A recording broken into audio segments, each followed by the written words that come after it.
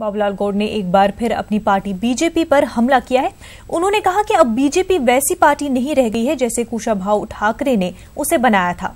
उन्होंने मजीद कहा कि बड़े लीडरों को किनारे किया जा रहा है। बाबूलाल गौड़ ने हाल इख्तिताम पजीर हुए असेंबली इंतखाबात में टिकटों के बंटवारे पर पार्टी को तनकीद का निशाना बनाया है। मैंने तो अपनी बात कह रहा हूँ, मुझे कुशाभाऊ ठाकरे जैसी पार्टी नहीं दिख रही भारतीय जनता पार्टी। कुशाभाऊ जी ठाकरे हमारे प्रेरणा के पुरुष थे, जिन्होंने इस पार्टी को जीरो से और हीरो तक का बनाया है और सबको साथ लेकर के चले हैं, जिसके कारण मध्य प्रदेश में भारतीय जनता पार्टी देश की सर्वश्रेष्ठ पार्टी, संगठन की नंबर 1 की पार्टी रही है। आज उसके वरिष्ठ कार्यकर्ता जो नेता हैं उनको दरकिनार किया जा रहा है, चाहे वो रघुनंदन शर्मा हो, चाहे राघव जी हो, चाहे कुशमरिया जी हो, सरताज सिंह जी हो।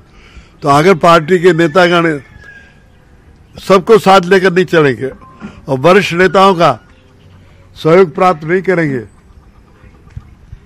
तो पार्टी का भविष्य ठीक नहीं रहेगा। मोदी और शाह की लहर है बाबूजी 2019 के कोई लहर है, खूब लहर चलती रहेगा और लहर चले, बहुत जोर से चले। हमें कहता उन लोगों को टिकट नहीं दिया गया जो सर्वे के अंदर, जिनका जीतने के अंदर पूरा उम्मीद थी और एक तरफा कार्रवाई करी।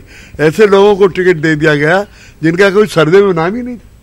लोकसभा चुनाव में अखिलेश यादव भी वजीर आजम के ओहदे के उम्मीदवार होंगे। लखनऊ में समाजवादी पार्टी के लीडरों ने पीएम उम्मीदवार को लेकर पोस्टर लगाए हैं। इन पोस्टरों पर नारा भी लिखा गया है, मुल्क को जरूरत है एक नए वजीर आजम की, और नारे के साथ है अखिलेश यादव की तस्वीर।